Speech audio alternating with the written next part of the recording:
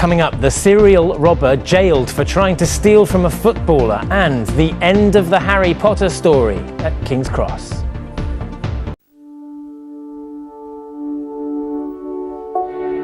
Now the latest ITV news in London.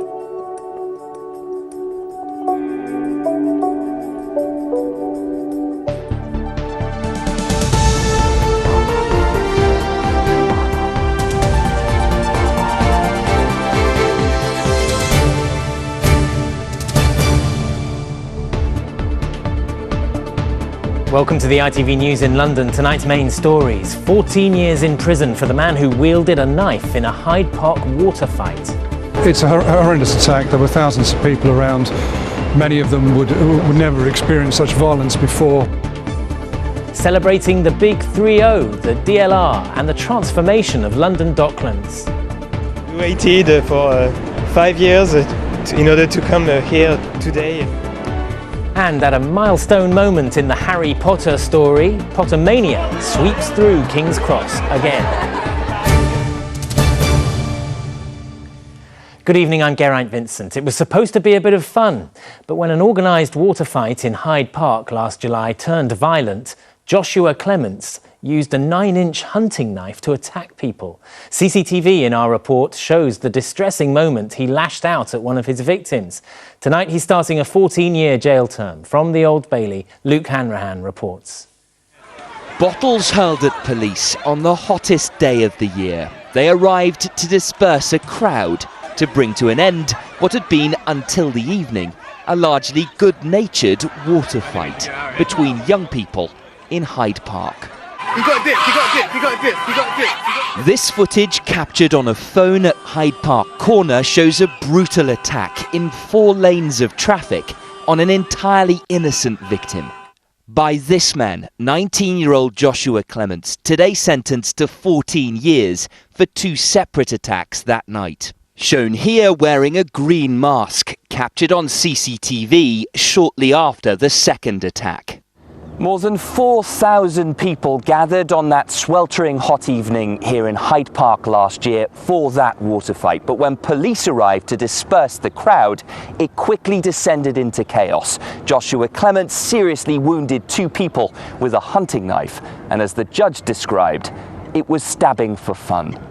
This is that knife. With a 9-inch blade, it was used to inflict life-threatening wounds. It's a horrendous attack. There were thousands of people around. Many of them would never experience such violence before, and for it to be played out in front of the public eye like that is horrendous, and the victims are very lucky to have received injuries that they can recover from. A night that ended in violence. In sentencing, the judge said it was a vicious, terrifying and sickening event to watch. Luke Hanrahan, ITV News. More evidence now of a really frightening criminal trend using acid as a weapon. Today, police in Tower Hamlets issued CCTV of an attack on a delivery driver sat in a parked car. The suspect demanded money and tried to open the locked driver's door before spraying a corrosive substance onto the victim. Detectives say the suspect is a white youth who was riding a black hybrid bike. This was a horrific attack which happened at 6 o'clock in the evening at a time where lots of people would have been around. I'm sure there are some people who saw what happened, who witnessed this horrendous offence and who hopefully can identify this person. So this is an appeal for people to inform the police and to tell us if they know who this is. A motorbike riding criminal from Romford has been found guilty of trying to rob the West Ham footballer Andy Carroll. Jack O'Brien pulled alongside the player's car as he drove home from training and demanded he hand over his £22,000 watch. When Carroll drove off, he led a high-speed chase through East London. Warren Nettleford reports. These 2 motorcyclists are chasing after the driver of the green Jeep. The driver is speeding away as he believes one of them has a gun. Can I have a picture, Andy? That driver was West Ham footballer Andy Carroll. Moments before those CCTV pictures, one of the men tried to rob him. Andy Carroll had just finished training at West Ham when he came to these traffic lights, and when he was here, a man on a motorbike came alongside him and demanded his watch. Andy Carroll turned his car around and began to travel the wrong way down the road, hitting several cars. and then two men on two motorbikes began to chase him. Today, Jack O'Brien was found guilty of attempted robbery. He'd been linked with a string of crimes in the area. Criminologists have been quick to point to the opportunistic nature of his offences. The case that we're talking about is one of a number of sort of high-profile street robberies that have taken place recently, against a backdrop where there has been an increase in the number of robberies of sort of high-value personal items being snatched on the street. In court today before sentencing, Judge John Lodge said, "It's disappointing to note that at the age of 22, there's no description for you but of a professional criminal. It was a crime that caused danger and risked other lives." Jack O'Brien was sentenced to 6 years for attempted robbery. Warren Nettleford, ITV News. The London party scene is mourning the death of the man they called the Prince of Soho. Bernie Katz was the manager of one of the capital's most exclusive clubs, the Groucho, for over 20 years. And they broke the news, saying, "We are deeply saddened and shocked to hear that our beloved Bernie has died today." Stephen Fry led the celebrity tribute, calling it the end of an era. And he described Bernie as the most adorable, affectionate, funny and kind man. And Sue Perkins tweeted, "R.I.P. Bernie Katz, a gentleman, ringleader, hellraiser and the one true Prince of Soho." Now, for football fans, transfer deadline day can be a bit like Christmas as you watch your club splash the cash on new players, unless, that is, you're an Arsenal fan. They're one of just a handful of sides to make a profit this summer, but they weren't the only London club to leave their fans wanting more. Here's our sports reporter, Amy Lewis. Squads are meant to get stronger, but Arsene Wenger's summer clearance hasn't gone to plan. With this team at the start of last season, Arsenal had high hopes, but 7 players have left or gone out on loan since then, and many fans feel he hasn't improved the side. He's not spending money where it's supposed to be spent, and it's not fair on the fans. We didn't know what players to bring in, didn't know who to keep, who to get rid of. It was a mess. Arsenal spent £47 million during the transfer window. That went on Lyon's Alexandre Lacazette, a record signing who was dropped to the bench for last weekend's Liverpool match. But they sold £62 million worth of players this summer. At a time of big Premier League spending, they actually ended the window making a profit of more than £15 million. They kept talisman Alexis Sanchez, but his heart was on a move to Manchester City. But what a fantastic goal that is! How do you think Sanchez's mentality is going to be now, knowing that he's got to come back and play? You know, hopefully professional pride will carry him through, because he's a player. Once he's on the pitch, he gives it 100%. Generally, you hope he comes back focused and just gives it his all. Champions Chelsea also struggled to get some of their top targets. London rivals Spurs stole Swansea striker Fernando Llorente off their hands, and Ross Barkley stayed at Everton. Former agent John Smith says the fact Antonio Conte didn't extend his contract may have put players off joining. Why would a player not want to go to Chelsea? I can only assume it's to do with the uncertainty that hangs around the club at the moment in terms of the positioning of the manager and the management. Around £400 million was spent by London's Premier League clubs this summer, but some fans wish it was even more. Amy Lewis, ITV News.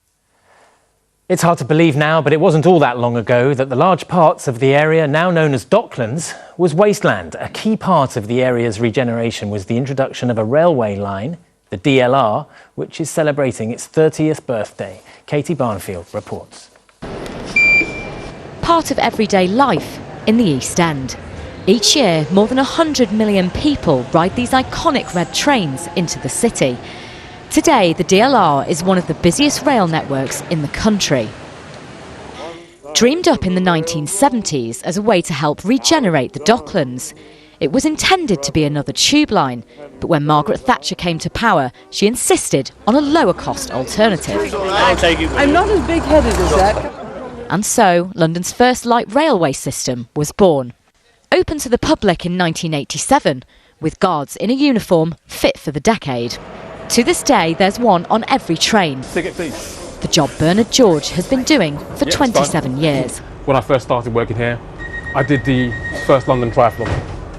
There's a picture of me cycling, and there's only one tower in the background at Canary Wharf. Now, I couldn't count the amount of buildings that are in the background, so it has changed tremendously. The network has been extended 6 times. From 15 original stations, it now serves 45. The DLR is still the only transport system in London without a driver, and almost the whole network is above ground.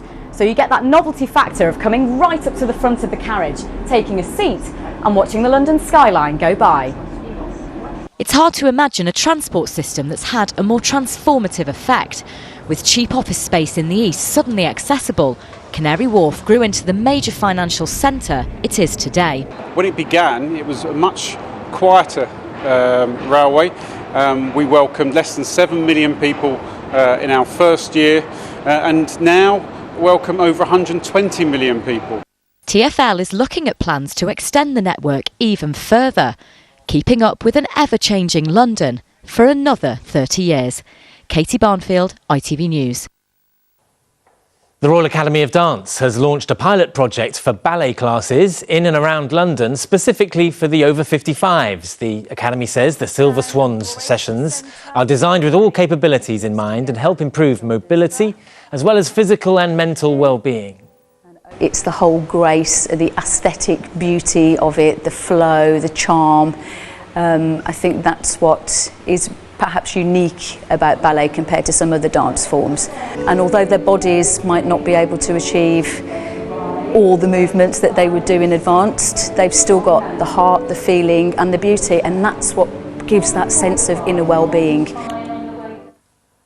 Finally, to many of us, it's just another train station. But to the millions of Harry Potter fans, King's Cross is seemingly the place to be whenever there's a significant moment in the life and times of the world's favourite wizard. And so it proved again today. It's approaching 11 o'clock in that little corner of London where the real world meets the magical one.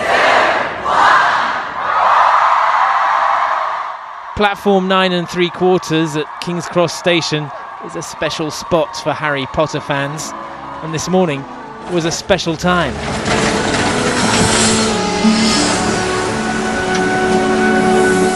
In the final scene of the Harry Potter story, Harry delivers his son Albus through the wall and onto platform 9 3/4 to catch the 11 o'clock train to Hogwarts School of Wizardry.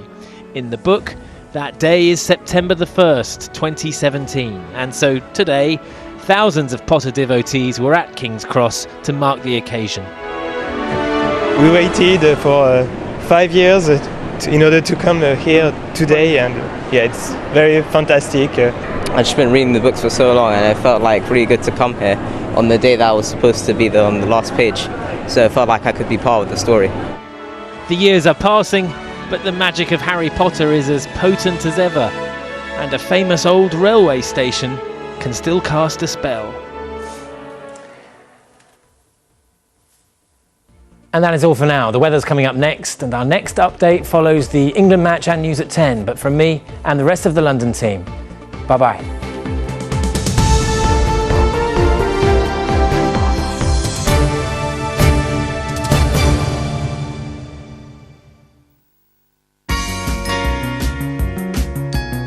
With a bright outlook ahead, P&O Dover Calais Ferries sponsors ITV London Weekend Weather. Hello there, a very good evening to you. Well, it may be the start of September, but we're still just about snatching back a little more summer sunshine over the next couple of days. Overnight is when we'll start to feel the changing seasons, though, with some chilly mornings lined up, and through the second half of Sunday, increasingly wet and windy. Far cry from all of that for the time being, though. A lovely sunset out there this evening. Just 1 or 2 showers drifting in on that northerly breeze, but fast forward to dawn and a lot of that cloud will have fizzled away. Behind it, though, chilly temperatures to start the day. So fresh once more. 1 or 2 pockets of mist or fog can't be ruled out as well. But then it's pretty much a rerun of today in the sense we'll have this glorious start. Lots of sunshine coming through well into the afternoon. Highs of 20, 21 degrees and then a little bit of fair weather cloud bubbling up before the end of the day. Certainly the drier, finer day of the weekend, though, because Sunday, as you can see, this front starts to pack in west to east throughout the afternoon. P&O Dover Calais Ferries sponsors ITV London Weekend Weather. Former England captain Wayne Rooney charged with drink driving. The striker was stopped by police just before 2 this morning after a night out in Cheshire. Also tonight, Brexit blackmail. The government tells ITV News they are being held to ransom by the EU. A coroner rules a faulty tumble dryer was the most likely cause of a fire which killed 2 men. And can you keep it for me? My name, oh yes, it's J.R. Hartley. no more yellow pages. Why, it's the end for the famous big phone book.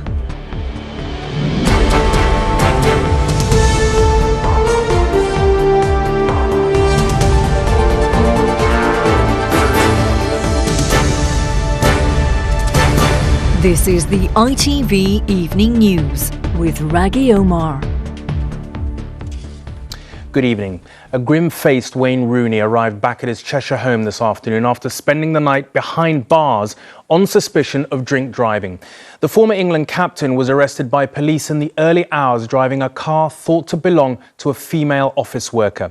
It comes just days after he announced he was retiring from international football and as his pregnant wife, Colleen, holidays abroad with the kids. From Cheshire, Damon Green reports.